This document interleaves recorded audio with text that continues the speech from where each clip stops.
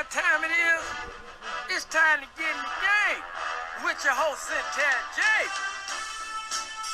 Happy Tuesday, everyone, and welcome. We know that it's your favorite place to be on a Tuesday evening, and I thank you in advance for joining us. I am Satara J, your host of your favorite sports show, Get in the Game. And you know what Tuesday means. We are in the middle of our fantastic series. It's been phenomenal. If you haven't been watching our episodes, don't worry. Head over to our YouTube channel, Get in the Game with Satara J, and you can catch up on everything you've missed. But since you're here this evening, Life After Football with my special guest, Mr. Nigel Eldridge, former NFL linebacker, and we have been having an amazing offline conversation, so hopefully, as you know, I like to do, I can bring some of that conversation in with you here live as we begin this conversation. Welcome, Mr. Eldridge, to the show. Awesome. Thank you for having me. Thank you for joining us. So, as you know, our series, Life After Football, so obviously we're going to talk about everything you went through as a linebacker, how you got there, and then how you transitioned. First thing I do want to ask you, though, let our audience know, where are you from? Well, I'm originally from Augusta, Georgia. Okay. Went to high school in Montgomery, Alabama, and graduated high school from Lanier. Left Lanier and went to UAB, Alabama, in Birmingham, on a full ride scholarship for football. Mm-hmm. From there, was given the opportunity to start. 3-year starter there. Went to the school's first bowl game. Mm-hmm. Went to Hawaii. From there, had the opportunity to be drafted, but I hurt my foot, so kind of backlashed me a little bit and took a step back. And from there, I was a free agent for the Tennessee Titans. Mm-hmm. Well, actually, Chicago gave me my first offer, and I declined. Chicago Bears. Chicago Bears. I declined that offer just due to a little bit more financial stability and a chance of making a team at Tennessee. So I went to Tennessee for a year there as a rookie, Mm-hmm. and left Tennessee that following summer and went to Detroit, where the 2005 season I broke my foot on a Wow. Monday night game. So Wow. So let's back up a little bit, because you just fast forwarded your whole life. He took the fun out of me getting to ask these questions. But it's okay, guys. I'm going to handle it. That's what professional interviewers and reporters do. So I got your back. We're going to reverse them. Okay, so from Augusta, Georgia, you end up at UAB to play football. So did you play any other sports in high school besides football? I wrestled. I won a state championship in wrestling. Okay, so how does one decide, I'm going to try to go to school and get a football scholarship versus wrestling? Because wrestling's pretty cool. Tough. I like the camaraderie of football, Mm-hmm. and wrestling was more of an individual sport, but it kept me in shape in the off season. I was good at it, but I didn't really see a career path in it. I didn't want to do the WWE wrestling, which actually turned out to be pretty good for some people Yeah. in the long run, but it just wasn't an aspiration that I had for myself. Yeah, and so when you are looking at the opportunities that you may have to go play football somewhere, do you pick UAB because it's close to home, or was it just the best opportunity for you? It's funny you ask that. So, I had offers all over the world. Mm-hmm. Could have went as far north as Michigan on a full ride, as far south as University of South Florida, all the way to the University of Southern California. I chose UAB because it was the only in-state offer that I had at a Division I school, and due to my mom being on probation and unable to leave the state, she told me she wouldn't be able to make most of my games, so I stayed local in order for her and my little brother to come and see me play. Now, this is a question I don't ask often, but you made a point that you decided, so you're what, 17, 18 at the time? 17. So you make a grown man decision to stay at home for your mom's sake. Is that something you regret? Sometimes I do, yeah, because it's all, you always wonder, is the grass greener on the other side? Wonder if I went to a bigger school like Michigan, would I have gotten more exposure, and would they have helped me taking care of my body a lot better than what I did at UAB, and would I have learned the ins and outs of the game from a coaching aspect as well. So there's always that yeah. question. One thing we do know for sure is that you didn't get exposed to the snow, because I don't know if you've ever been to Michigan, but I'm from up north, and the snowstorms in Michigan, you probably missed out on being closed in. Well, keep in mind, I did go to Detroit and play, so. Right, I ended okay, up so in you the got snow that. Anyway. Right. So one thing we were talking about offline that I always like to ask is you chose UAB. Obviously, there are some pretty decent HBCUs in Alabama. One thing you mentioned was, you just said that you wonder if your body, you could have been taken better care of. Is that one thing we don't see HBCUs doing as well as maybe the alternative schools, other upper level colleges and universities? I think what it is more so of the understanding of technology and what it actually takes from an athletic perspective. I think some of the other schools have better rehabilitation facilities. I think they understand the programs. I think they're funded better. So even from a resource perspective, just the visibility into the game and the knowledge of the body itself seems to be a lot more on the Division I side of your upper echelon colleges than it would HBCU. So even though you obviously went to UAB, and what we're going to do right now is, and this happens, guys, so don't panic. It happens. We're changing mics here, so we're going to continue the conversation. But one thing that we're going to ask you, Mr. Nigel, is, so you chose UAB, right? Any regrets there? Talk to us just briefly about your whole college experience. Give us an in-depth inside look of what someone from Augusta, Georgia experiences at UAB.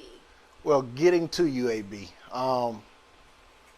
I went to Lanier High School in Montgomery, Alabama, and we had several key scholar athletes leave that high school, from Bart Starr all the way to Tavares Jackson, which were all within the same time frame of myself. I chose UAB along with a couple of my other teammates at the same time, so we were all like, we go up together like a big family. Yeah.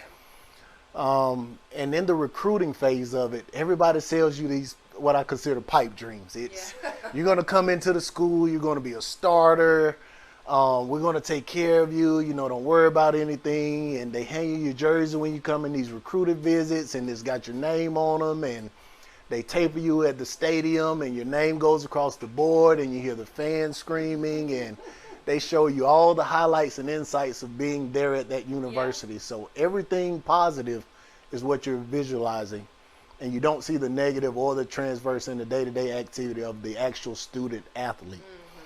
Mm-hmm. So getting to UAB, my freshman year, they had actually picked up 2 junior college guys from Montgomery also. Wow, competition. Yeah, so they told me I was going to come in and start along with everybody else that they told, Let's see who works harder. Let's see who works. Let's see who really wants it. Yeah. And I'm in here with these junior college guys who are in their 20s and grown men, right. big body grown men guys, and with experience. And here's little Nigel coming in trying to make a name for himself. Mm-hmm. I think one of the biggest struggles that I considered in that whole aspect was just the inability to adapt to a new environment and just becoming a small fish in a big pond. If you think about it, even in high school or middle school, I was a scholar athlete all the way around, from track to football to wrestling, and now I'm just another name at a university. I got a couple write-ups in the paper initially, but okay, now are you really prepared to make a name for yourself? So those are some of the struggles I had, and I got homesick getting on campus, getting checked into the dorm,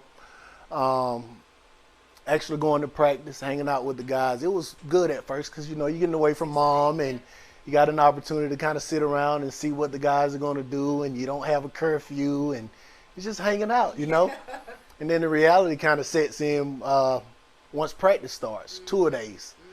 And again, I'm 217 pounds, and the average linebacker at the time was about 240, 250 pounds. I got some weight to put on. Yeah. So my coach kind of sized me up a little bit and said, hey, I want you to think about redshirting this year. Dun, dun, dun. Which basically means you're not ready to play here. Yeah. And so there's a sign of depression throughout that whole phase that I was like, wow, here I am making the decision at 17 and trusting in you all that you had my best interest in mind, and I get here and I find out that it's not your time yet. So going through the phase of really looking at what are they saying to me? Is it that I'm not good enough, or am I not their guy? You know, and I'm looking at other guys that coming in as a freshman that are actually getting playing time. Yeah. So it was a struggle for me, and on a day-to-day basis, I just continued to kind of self-reflect. And it actually pushed me to the point to where I was like, you know what? If I'm not their guy today, eventually I'll get there. Really quick, I'm going to pause you because you brought up something interesting. I don't know if you saw it, but there is this clip floating around now of Tyson Fury. You know, he just beat Deontay Wilder, becomes the heavyweight champion of the world. So he has this interview with Rich Eisen, and during the interview, he talked about how just about 2 years ago, he was going to end his life. The prime of his career, getting ready to, I think he said he was going 160 miles per hour in his sports car over a bridge, and that was it, period. He was done. And he heard a voice say, and he talks about his relationship with Christ, this is not what you want to do. This is not the way out. Pulls over, calls his dad, tells his dad he needs help. Long story short, he gets counseling. But one thing he talked about is, even after you get counseling, it's an everyday battle to make a decision to not continue to fall into that depression. Right. Now, that is a grown adult 32-year-old man. You're going through this at 17, 18 years old. Right. And in the situation that you expressed to us earlier, mom was on probation, not sure if your dad was around, but how do you really, what helps you to have a optimistic outlook on, well, if I'm not their guy today, maybe I'll be that guy tomorrow? How do you do that at 17, 18 years old? I think the struggles that I had as a child, again, my mom being arrested at an early age and me having to step up and take the forefront of a male figure or as the leader in a home initially kind of helped me with that drive. I don't know if I actually shared with you that I gave my life to Christ early at the age of 7. Okay. So I had a very strong religious background, and I believed in God, and I knew that He wouldn't leave me, if anything less. So I stood by that and just continued to drive and thrive in what I felt He was leading me towards in my gifting. I knew that I was special even at the age of 6. I was one of the biggest guys on the field. But keep in mind, I'm the runt of my family, so if that tells you anything, I had a lot of growth and a lot of battles as a kid, playing with my siblings and with my older cousins. So I knew that I needed to make a change for myself, but I had to internalize a lot of the pain and hurt and show it on the performance field. So everything that I kind of internalized, I showed it in football because that was my opportunity to release anger, stress, frustration. And you'll see a lot of key players, they do that. If you look at a lot of their backgrounds, they're battered homes. They're separate homes. They're single-parent homes. They're raised by their grandparents, and they're struggling. There are kids today that are continuing to struggle in this lane, but their only outlets are through sports. And so when they're given that opportunity to shine and they know people are watching and looking at them and praising them, they're going to come out and give you their all. Now, even though that can be, because you look at someone like Antonio Brown, who, that helped to get him to the NFL, but it's not panning out to be beneficial to him right now. But do you think that the tenacity, the discipline, the drive, the passion that you develop early on as an athlete that carries you on through high school to college, and if you can make it to the pros, that's one of the benefits of being an athlete that can also be catastrophic if it's not honed in and nurtured the right way? Absolutely. Yeah. Absolutely. And back to my point about as far as where I was in my life with moving forward as a freshman, I gained 15 pounds in my first year. Freshman 15. We all Freshman gained 15. 15 pounds. Got a chance to eat. Having the opportunity to go out and eat at the cafeteria all times of the day. Pizza, French fries, Chick-fil-A. Yeah. So I enjoyed that. And like you said, I'd come out of practice at 12 o'clock and go and order a whole Papa John's large pizza and eat it and just eat it. Woo. I mean, just those were the loving calories at that point.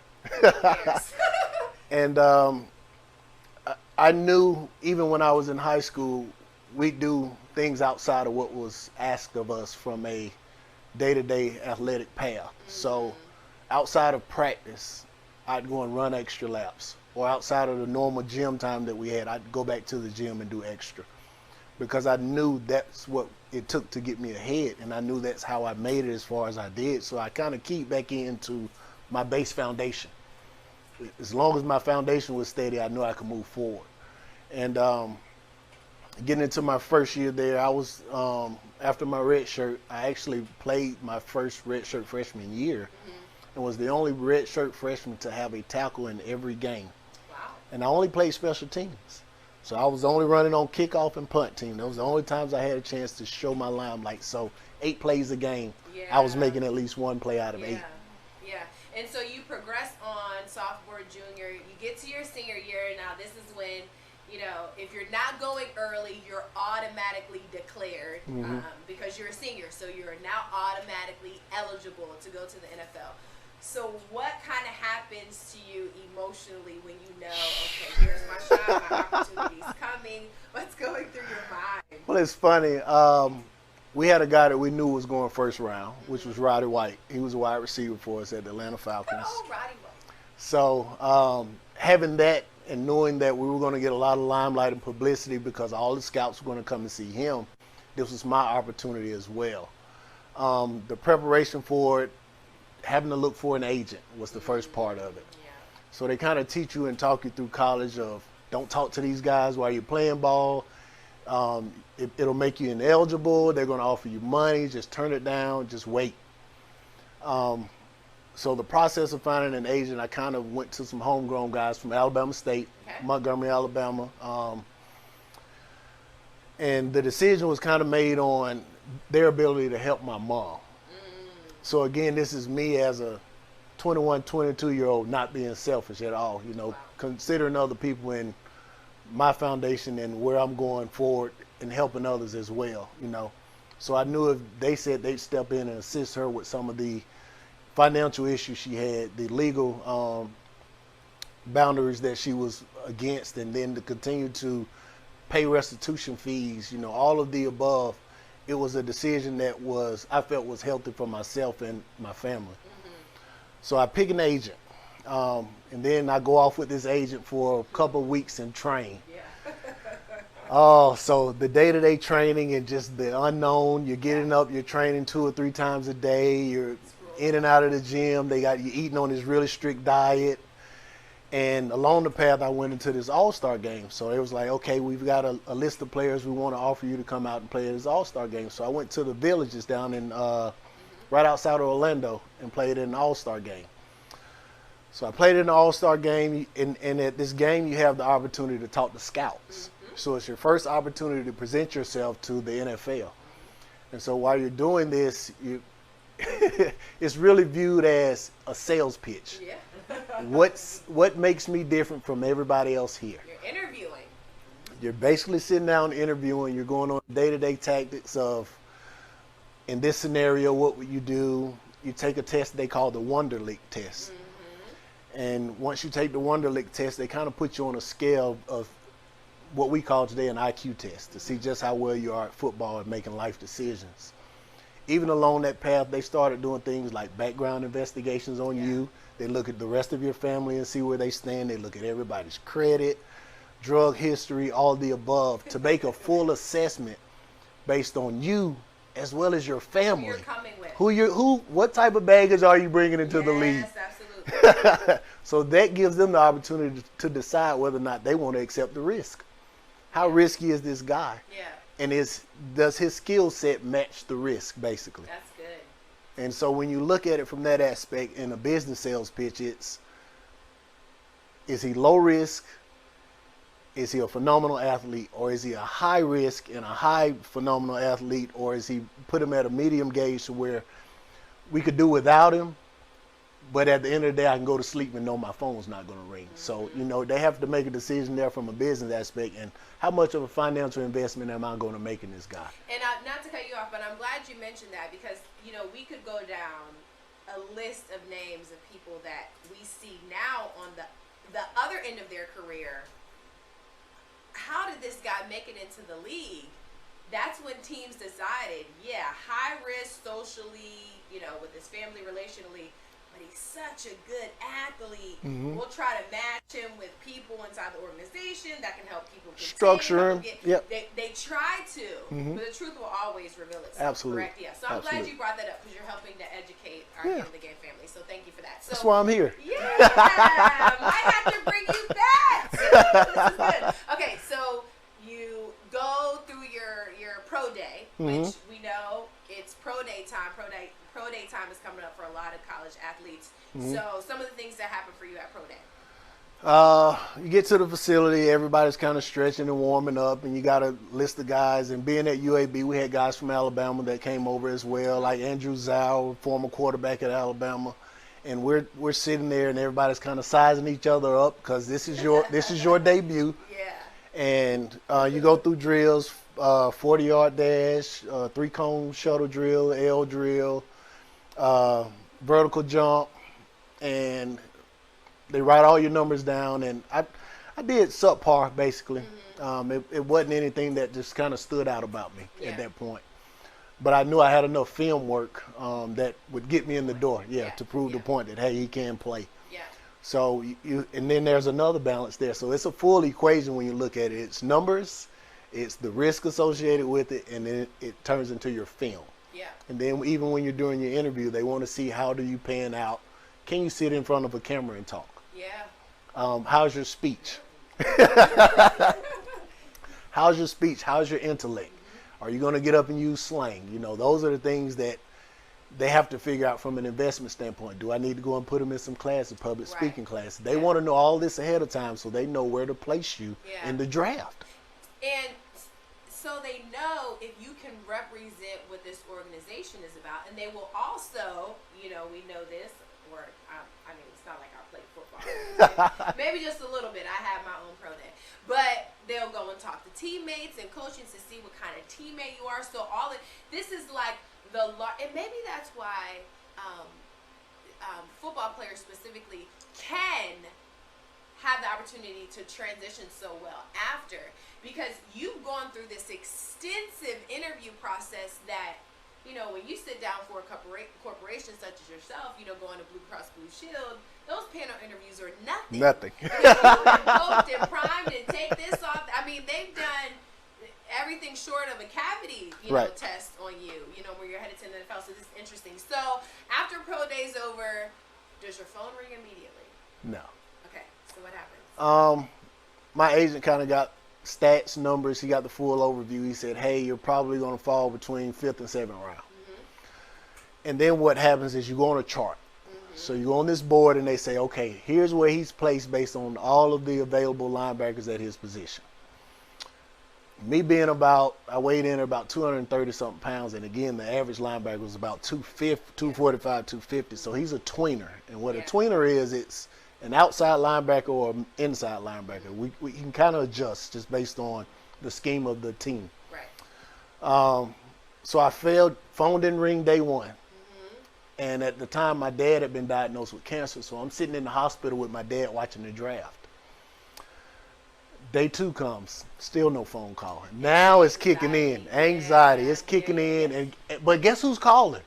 Everybody else is calling. Absolutely. And hopefully you're sending them the voicemail. I'm waiting on the real call. I can't talk to you all right now. So at that point, do you go back to that 17, 18-year-old that was told by coaches, you're not ready, we're going to redshirt you? Did that cross your mind at all? Because technically, at this point, you've dealt with this before. You know. Back against the wall at all times, And I figured, even coming from a smaller school and not having as much publicity was going to be an issue too. And not playing against some of the bigger name guys and the bigger teams would be an issue as well at my position. Because you're face to face with guys 300 pounds every play. And so, yes, I knew. I knew my back was against the wall, and I knew given the opportunity, I had to show up. Yeah, third day. Day 3, I'm in the bed. Yeah. Depression kicking in. Like, oh, man, what's going on now? Matter of fact, rewinding a little bit, I did a little small draft party at my high school at Lanier. Laid out barbecue from Cook Mom's, one of the local barbecue places. We laid out barbecue ribs. Everybody kind of sat in. We had another guy that went to the high school with me that went to Troy, Alabama, but he was from Lanier also, so he and I kind of joined in together. He got his phone call at the end of my barbecue cookout. Offensive lineman going to New York Jets. So now everybody's looking at you. So everybody's looking at me like, we don't hear your phone. we don't hear your phone ringing. What's going on? So I'm at home the next morning, and it's like, this is not good. Yeah. Phone rings. Okay. It's one of the player personnel guys from Chicago. Okay. He says, hey, Nigel, I want to put an offer on the table for you. You didn't get drafted, but we want to bring you in as a free agent and let you earn your spot on the team.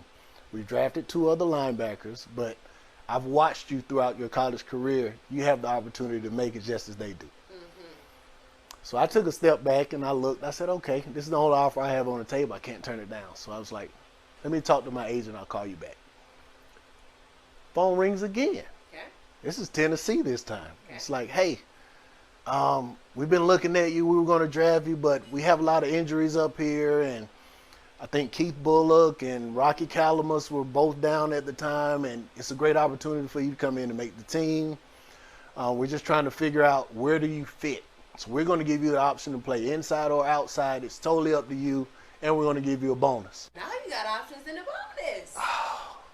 So do I get drafted by a team that, you know, I may fit in the scheme of things and be gone in 3 years, or do I really look at where do I fit best and make the decision on that? Yeah. Or am I financially driven? What is it?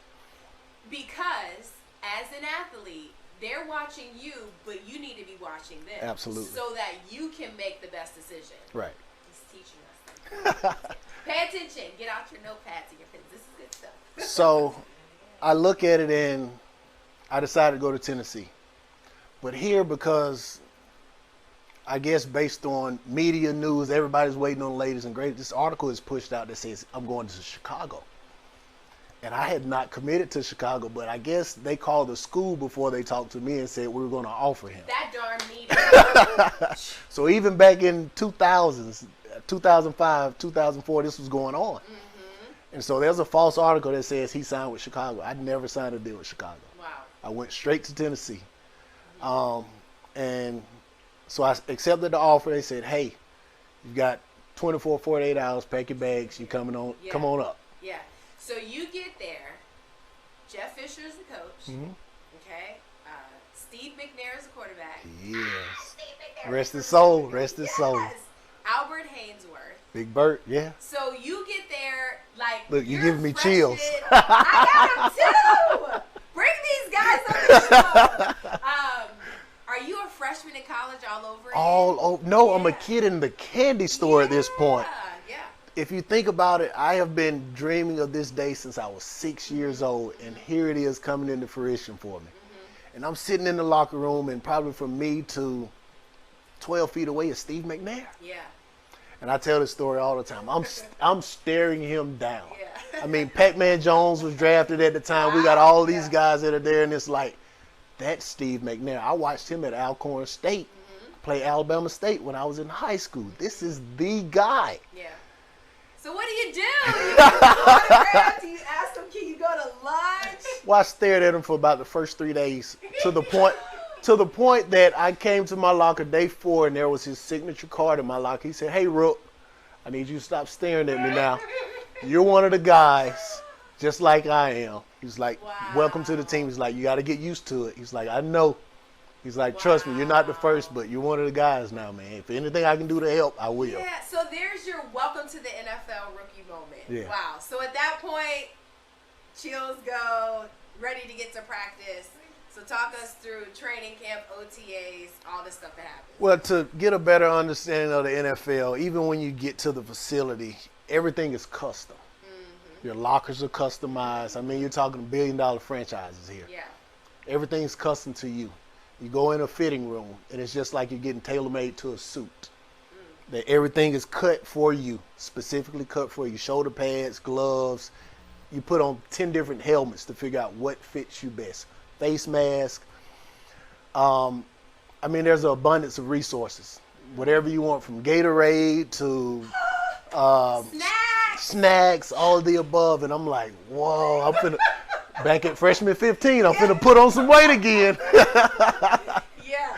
So I'm sitting there and I'm like, I'm really going to enjoy this. I have to soak it up. And they have what they call in between training camp, OTAs. Yeah.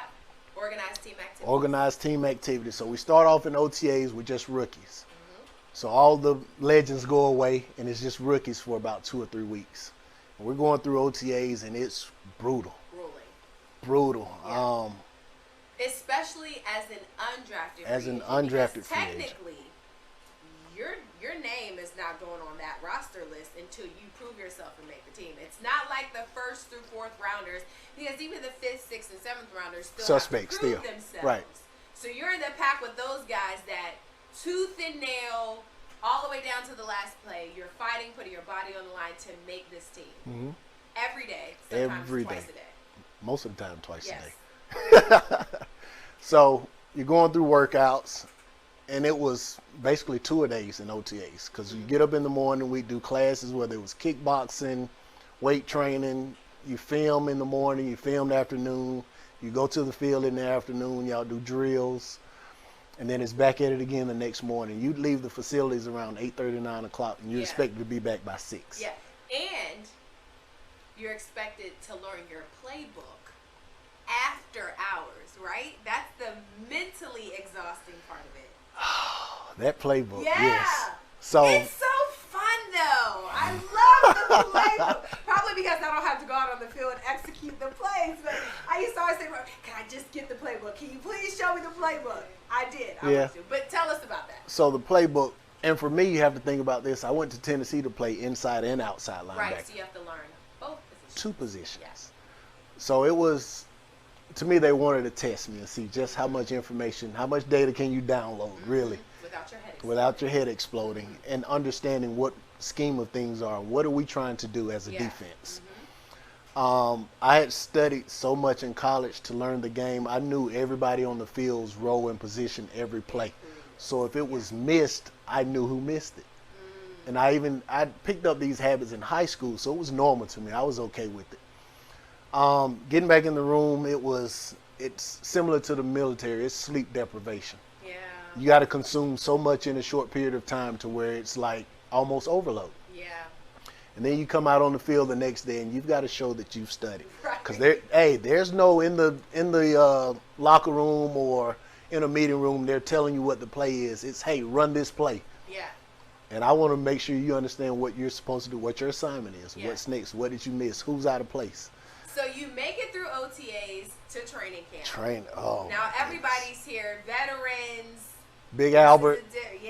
This is so now you're going up against these guys every day in practice with still no guaranteed spot on the team. Right. What's the difference between, just kind of give our viewers insight, what's the difference between OTAs and training camp?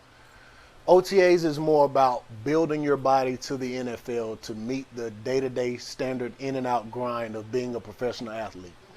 And you're building the camaraderie within the team so everybody understands who you are, your responsibility, as well as theirs. Training camp is more of, let's weed out and figure out who's who, to understand it's time to start figuring out who's going to make this roster and who's going to contribute to our franchise. Now, question. Okay, because we don't talk about this a lot. We talk about the depression, but we don't talk about the anxiety. When you are going to practice every day, not knowing, because we see it on Hard Knocks, but it's different when you're in the midst of it. Not knowing if that guy's going to peek his head around the corner, call you forward, so-and-so coach wants to see you. You're going into practice every day with that anxiety, or are you able to put it aside and play football so you can prove that you deserve to be here? Or is it a mixture of both? You're able to go on the field and prove yourself until you see the first pink slip. So the way they did it then, it was pink slips. Yeah.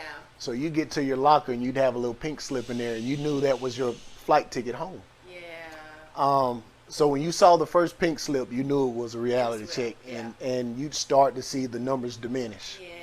And it's, okay, I'm still here. I got another day. Okay, God, where am I really? Am I supposed to be here? If it's your will, have your way, you know. Is there a mental battle that goes on in your mind at the same time? Even when you go home, can you really rest? No. No, so you can't. Sleep deprivation again. Yeah. So how do you get through that? You're exhausted. Yeah. You're mentally and physically exhausted because all the unknown, all of the outside tangibles that you really have no weight on. You know, you're trying to figure out yourself, you're judging yourself, you're judging your teammates. And then at the end of the day, I had to make a self-choice to say, if I'm the right person for this job, because that's what it was. It was a job. If I'm the person for this job, let me prepare myself for the outcome, good or bad. And I talked to my coach, which was Coach Mack at the time, and he told me, he said, hey, the way you're standing today, there's an opportunity for you somewhere. So I knew whether they cut me or not, I was going to continue my career. And it's almost like, you know, these major organizations, sometimes you hear the phrase, just get your foot in the door. Because there's so many people at that point that didn't even get to OTAs, didn't make it through OTAs, let alone survive through training camp. Now, one thing I do want to ask you as well, while all this is going on, your phone's still ringing from home, right? Friends are still calling, family wants to know. Because this is the part that I think I had to learn from my brother, like, stop calling me. I'm working, I'm trying to make this team, but you're texting. And so I had to get to the point where I just sent, you know, encouragement and scriptures. But how was your experience? I left my phone in the hotel. Okay. I left it in the hotel for a couple of reasons. One, I figured out that I was interviewing, and the thing that we don't discuss in most of the meetings is that you're not only interviewing for the team you're practicing with, you're interviewing for the NFL. So every film that is shown, every team gets that. Injuries occur. It's a high-risk, high-reward sport.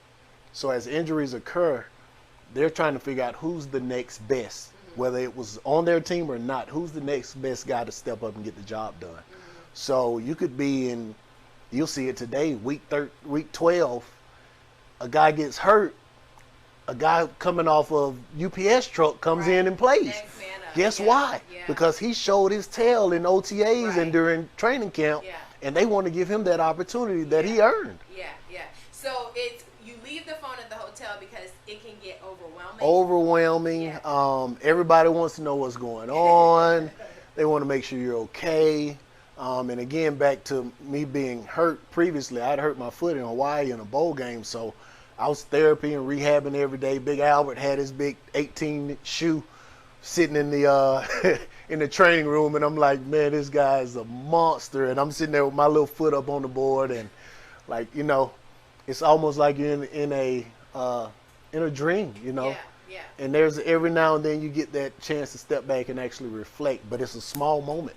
It's a moment in time where you're like, this is real, this is the reality that I'm in. And then you have to kind of tune it all out and really focus. So at any point during OTAs and training camp, are you thinking about your foot? Are you like waiting for every day? Something?